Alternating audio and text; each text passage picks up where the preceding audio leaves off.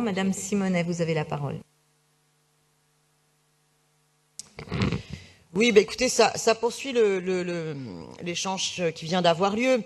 J'interviendrai sur les différentes délibérations, en fait, à la fois la subvention et convention à la SCM cabinet Rome-Batignolles et à la SCM médicale Belleville.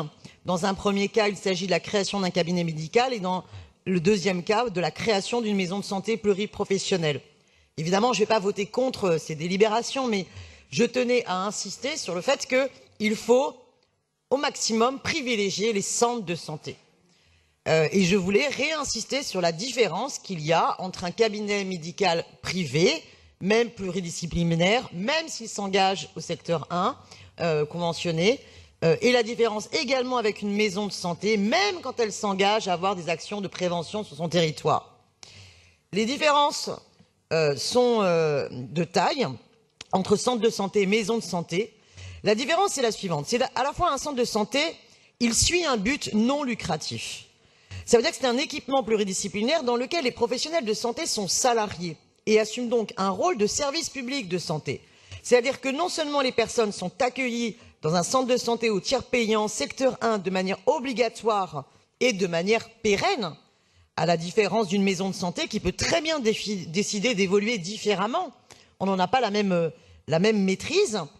Et avoir un but lucratif orienté vers le réseau des honoraires libres et des dépassements d'honoraires. Une maison de santé, elle peut à un moment donné échapper au principe que vous lui fixez. Mais surtout, un centre de santé a bien une action de santé publique, de prévention, d'éducation à la santé. C'est inscrit dans les statuts d'un centre de santé.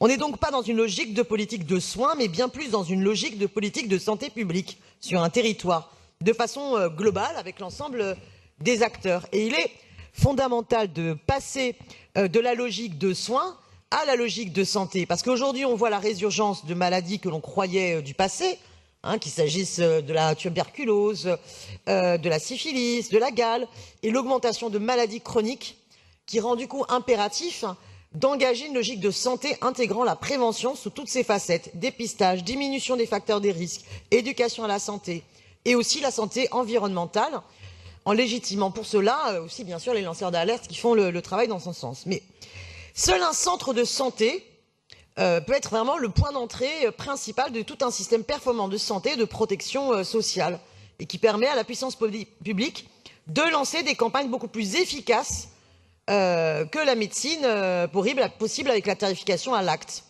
Parce que quand vous êtes dans une logique de maison de santé, vous êtes dans une logique finalement où le praticien, il a besoin d'aller aux soins le plus rentable économiquement. Donc j'aimerais vraiment qu'on comprenne qu'une vraie politique de gauche progressiste en matière de santé, eh bien ça doit être les centres de santé et non les maisons de santé et les cabinets médicaux, même pluridisciplinaires. Voilà. Donc je ne sais pas si j'aurais été convaincante pour la suite, mais je souhaite vraiment qu'on insiste là-dessus. Or, je vois souvent quand même passer des délibérations sur des créations de cabinets médicaux et de maisons de santé. Là, on devrait à chaque fois mettre le paquet sur les centres de santé. Je vous remercie.